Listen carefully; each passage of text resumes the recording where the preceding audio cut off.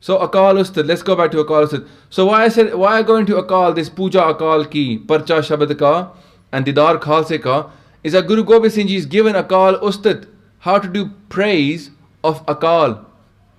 Want to worship Akal, Maharaj has given us a whole Bani about worshiping Akal. Akal di Ustad karni. Ustad means to praise. And they wrote it when they were 16 years old actually, very young. Now, in this, there's two, although they said it when they were 16, when they were about 20 years old, twice Guru Gobind Singh Ji said this Bani, To Prasaad Svaiye. Some people call it Sravag Sud Svaiye, some people call it Sudha De Svaiye, or Das Svaiye, because there's Teti Svaiye as well, by Guru Gobind Singh Ji. Now, this Bani was said twice on two occasions that we should know about. Because Maharaj felt it appropriate at that time on a historic occasion to utter this Bani as an answer to somebody. Like, you know, somebody might come up and ask you a question, you might give them a Bani talk that you know about. When two times Guru Gobind Singh Ji said this Bani as an answer. The first time, very interesting story, it was when somebody called Rattan Rai, Raja Rattan Rai, came to meet him. Now, who was Rattan Rai? He came to Anandpur Sahib. Maharaj got the Bani in Paonta Sahib. They then moved to Anandpur Sahib.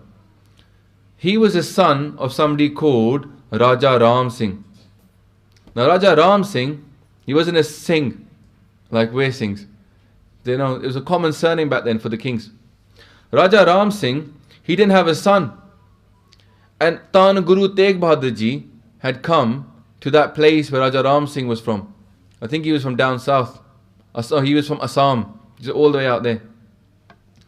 And he came to Guru's Sharan hoping to get blessed. Now our Guru is Ichha Purak, Sarab Sukhdata. He can fulfill all our desires. So when he came to Guru, he didn't ask. He kept quiet. Onu sharam aa rahi si as a Raja to ask. But when they put in, Maharaj said to him, Hanji, he kept quiet. And somebody said, he's become old now, but he hasn't got a kid. So he wants a child. Obviously the king would want a son at that time, take over the kingdom as well.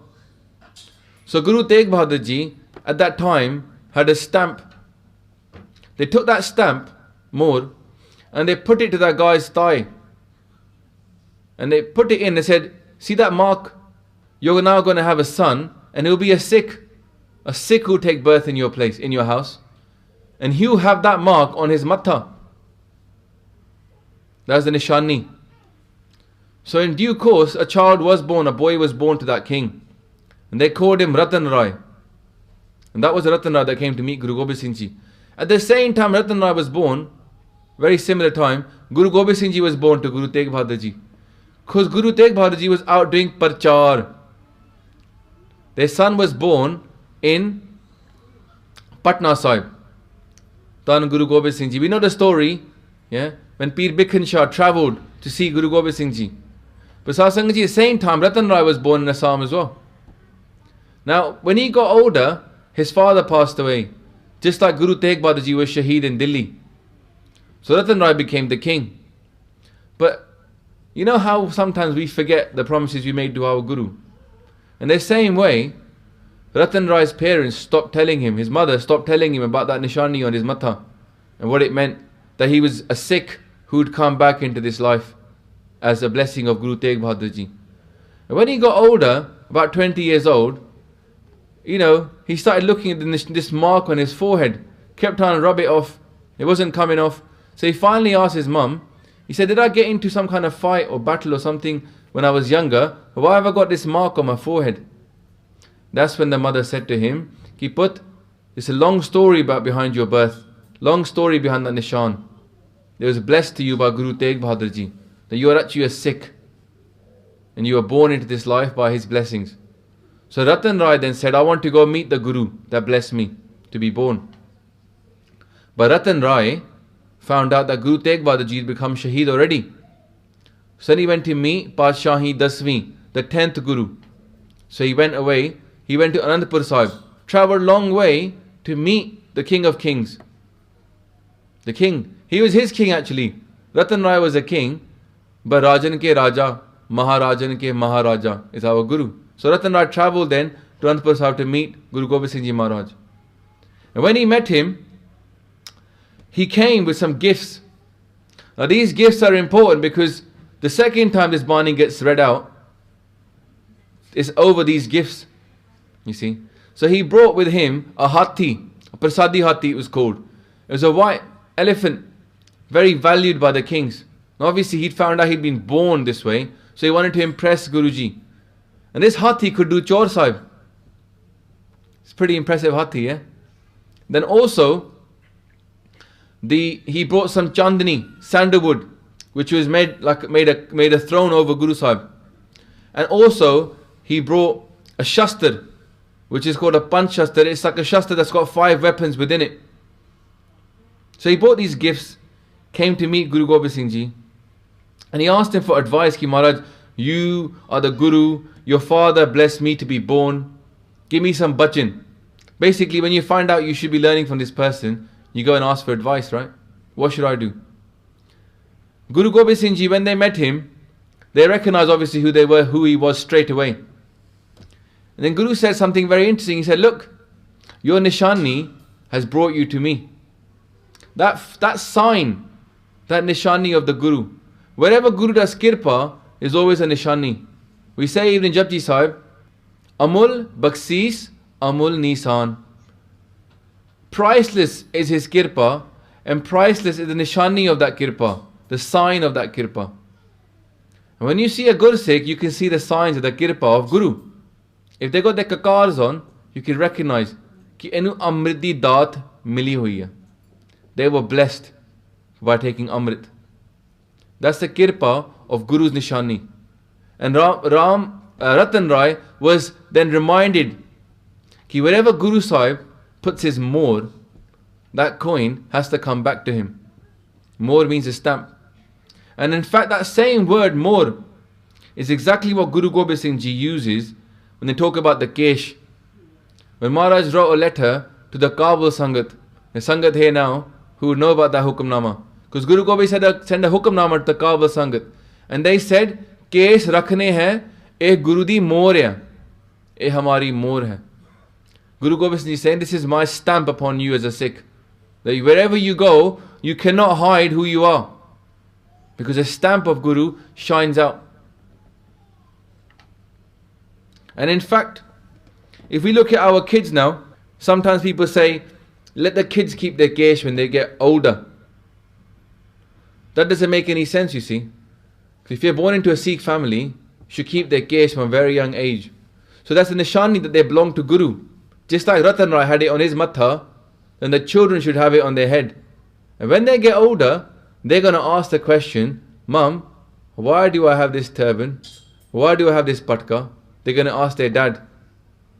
If they don't look different from other people outside, they won't ask that question. So it is a hukum from the Guru, and it is in the Akal Tlak Ret Maryada as well, that no Sikh should cut the hair of their child. Because if other times children were prepared to be chopped into pieces and not have their hair cut, then how can a Sikh today bring their own children to the barbers? If you can't keep your kesh as a parent, benti hegi hai, keep the hair of your child. In the old days, the Hindus would give one child to the Panth. Now you imagine that. They're doing that. They would keep the kesh of their own children for the Guru. To get the Guru's bakshish upon the whole family, they would give one child to the Guru. Because it's true. If one child in a family becomes a good Sikh, the whole family will get blessed. It's not the case that, oh, bichara vyani hoega. No. If one person takes Amrit in a family, the whole family will get blessed. They wanted the blessings of Guru Gobind Singh Ji, they made one Sikh into a good Sikh. If we want the blessings of our Guru, then let's not harm the hair on our own children's head. So when they get older, then when Maharaj, they turn around and say to Guru Sahib, at least they will ask before they cut their hair. They had it their whole life. At least they will ask, what is Sikhi? Why should I keep it? It will be easier for that child. So A Benti Sigi, to remember the story of Rattan Rai, the Maharaj said, look, This is the nishani of Guru Tegh Bahadur Ji, has brought you to become a Sikh now. And at that time, when he asked for advice, then Guru Gobind Singh Ji read out these Svaiye. It's interesting because in this Svaiye you will hear a lot of advice about Raje. You will hear the advice Maharaj gives to kings. And that's an important thing to us all to remember. It talks about losing the love for the world and becoming attached to the love of Vaheguru. Bairag. Bairag has got two parts to it. One is to understand that this world is false and only God is real. So we lose the love for the world, but we get love for Guru. We get love for God.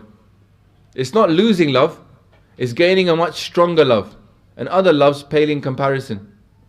Mana says, Sachi Preet, Ham tum se jori, tum se jori, avar sang tori. So it's about love. It's about destroying our ahankar, our attachment to the world. And also, it tells us what we shouldn't aim for. Just like Raja Rattan Rai was then told what he shouldn't aim for. The second time this Shabad was read out by Guru Gobind Singh Ji was also to another Raja, Raja Bhim Chand. Raja Bhim Chand, because of these gifts of Guru Gobind Singh Ji, he heard that look at this Guru. He's got an elephant doing his chore, Sahib. Not every elephant could do it, you see. But this one that was destined for Guru Gobind Singh Ji's Sangat was destined to do that chore, Sahib, of Guru Gobind Singh Ji. Now, Bhim Chand came to meet Guru Gobind Singh Ji. And Maharaj said, what do you want, Bhim Chand? Because Maharaj said, I'll bless you. Guru Sahib gives to everybody that comes to his door. Jo bhi aanda haiga, Maharaj blesses. Because they are de da de, lande thak paye. So what happens is, Bhim Chand says, Maharaj, give me the elephant. What he wanted was that people would do his vava with the elephant, you see. Maharaj says, I can't give you the elephant. It thode jogini. It's not for you. It's a gift to me. I can't give it to you. So over that thing, there was then later, that was one of the reasons why Bhim Chand got into a battle with Guru Gobind Singh later on. And the battle of Pangani, you can go to India, you can see where the battle was fought. That battle was over these things. That those people wanted to get rid of Guruji. And Maharaj said, then we're going to have a battle. We're not going to back down now. That was the first battle of Guru Gobind Singh Ji, Bhim Chand. And you can see that place, a little story about that place. That's where Guru Gobind Singh Ji was hit by an arrow. Maharaj says, ki jabe baan lagyo, tabe ros jagyo. That was there. There's a tree there. That was where Guru Gobind Singh Ji was standing. I've been to that tree. Where Maharaj was standing is at the top of a plain. They had a good vantage point from there. You could see everything. When they were hit by the arrow on that tree, a little bit of blood came out of Guru Gobind Singh Ji. Because it hit the Kamar Kasa. And the Kamar Kasas were very strong. So they stopped the arrow because it was a far away as well that he fired. Maharaj, because the love of that tree for Guru Gobind Singh Ji, because they had stayed there, that tree, every single leaf in that tree has a hole inside it. And I've seen this tree and I can tell you, every single patta has a hole inside it. The earth loved our Guru. The trees loved our Guru. Even now, that tree, 300 more years later, remembers Guru Gobind Singh Ji, and every single one of his patte has a little hole inside it. So we think of our Gurus doing miracles. The whole world is a miracle. The whole world is a miracle, worshipping our Guru.